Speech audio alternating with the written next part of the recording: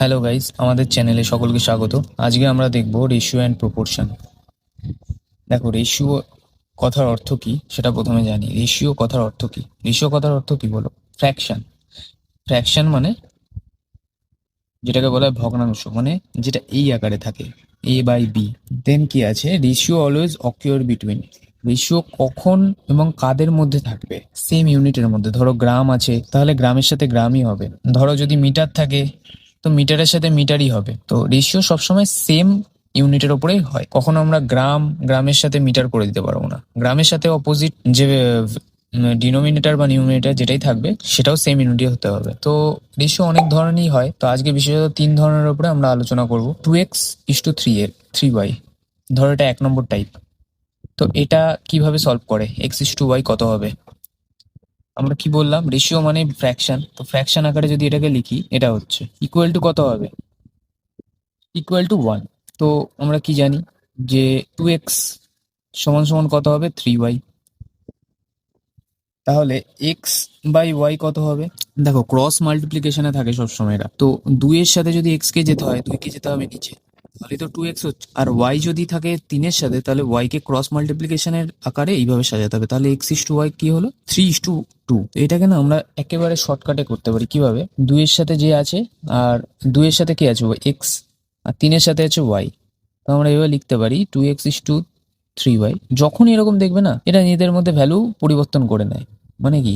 x:y সমান সমান 3:2। এটা মাথায় রাখতে পারো যে শর্টে হয়ে যাবে, যার সাথে যেটা থাকবে তার উল্টোটার সাথে সে চলে যাবে। তো নেক্সট টাইপটা দেখে নি কিরকম আছে। কি কি আছে দেখো, a:b, 2:3 রয়েছে, b:c, 4:5 রয়েছে, আর a b c তিনটে চেয়েছে। এটা কিভাবে সাজাতে হয়, সাজানোটা সব থেকে মেন।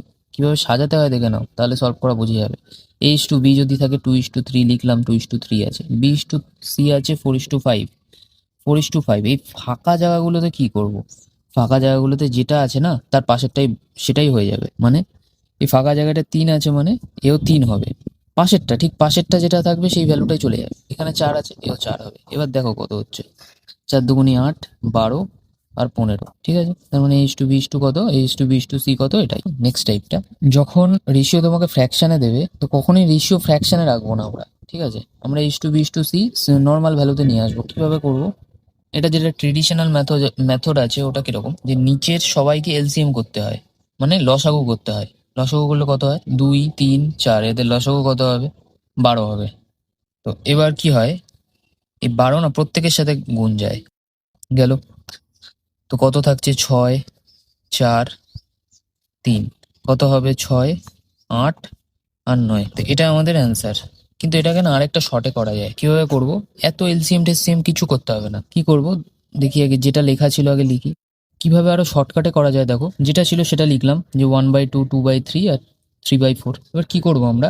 কোনো এলসিএম করতে হবে না। যার নিচে যে ভ্যালুটা আছে না সেটাকে আমরা কাউন্ট করব না। বাকি দুজনের মাল্টিপ্লিকেশন করে নিউমিনেটরের সাথে, মানে যেটার করছি তার নিউমিনেটরের সাথে গুণ করব। মানে ধরো এর নিউমিনেটর কত আছে? 1, ইন্টু কি করব, এই ডিনোমিনেটরটাকে নেব না, বাকি দুজনের নেব।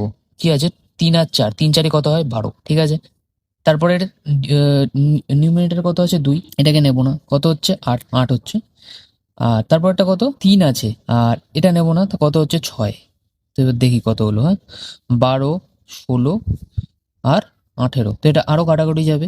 দেখো, রেশিও ততক্ষণ আমরা সেটাকে রেশিও বলতে পারবো না যতক্ষণ অবধি না সেটা প্রাইম ফ্যাক্টরে হয়ে যাচ্ছে, মানে আর কিছু দিয়ে, এক ছাড়া কিছু দিয়ে কাটা যাবে না।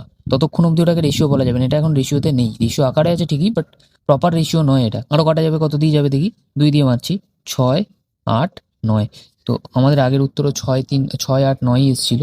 তো একই অ্যান্সার বেরিয়েলো। কিন্তু এটার ক্ষেত্রে আমাদের কোনো এলসিএম করার প্রয়োজন পড়লো না, এলসিএম ছাড়াই আমরা করে দিলাম। তো এই নিচের এটা যেটা রয়েছে, এটা তোমাদের হোমওয়ার্ক। তোমরা এটাকে চেষ্টা করবে, আর অ্যান্সারটা অবশ্যই কমেন্টে জানাবে। ভিডিও যদি ভালো লেগে থাকে লাইক, কমেন্ট এবং শেয়ার করবে বন্ধুদের মধ্যে। আরও এরকম কন্টেন্ট, ভিডিও, ট্রিক্স জানতে হলে, দেখতে হলে আমাদের চ্যানেলকে অবশ্যই সাবস্ক্রাইব করবে, পাশে থাকবে, আর বেল আইকনকে অবশ্যই ক্লিক করবে। ধন্যবাদ।